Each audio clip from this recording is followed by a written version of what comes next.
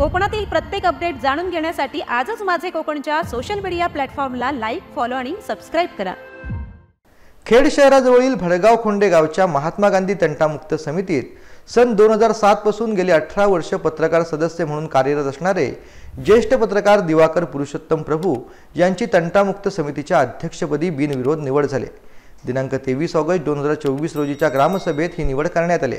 तालुक्यातील ज्येष्ठ पत्रकार व भडगाव खोंडे गावचे रहिवासी दिवाकर प्रभू यांनी आपल्या गावच्या तंटामुक्त समितीत काम करीत असताना त्यांनी 1 वर्ष तालुक्यातील कुडोशी गावच्या तंटामुक्त समितीतही पत्रकार सदस्य म्हणून काम केलेले आहे। खेड तालुका पत्रकार संघाचे सलग 2 वेळा त्यांनी अध्यक्षपद देखील भूषवलेले असून ते या संघात आजही कार्यरत आहेत। ते अखिल भारतीय ग्राहक पंचायत खेडचे कार्यकारिणी सदस्य म्हणून सध्या काम पाहत आहेत।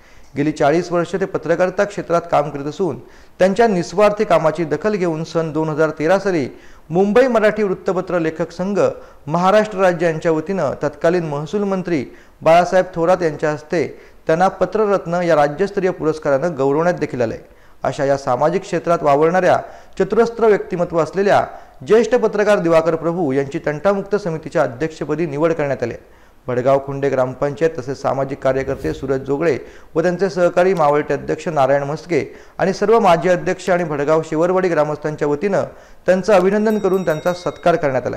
या निवडीवेळी ग्रामसेविका मीनाक्षी सावंत, वाजे तसेच सरपंच दीपक पदुमले, उपसरपंच महेंद्र सावंत, ग्रामपंचायत सदस्य सुवर्णा उसरे, वैभवी उसरे तसेच विजय दवंडे, सूरज जोगळे, परशुराम दवंडे, अनंत लाले, प्रमोद बैकर, अनिल नक्षे, कमलेश करमुरे, राजू कुरमुरे, संदीप घरवी, मंगेश पवार, सागर मोगरे, गंगाराम उसरे, विलास भोसले, विशाल बर्जे, विजय उसरे आदींसह मोठ्या संख्येने ग्रामस्थ बंधू आणि भगिनी यावेळेला उपस्थित होत्या।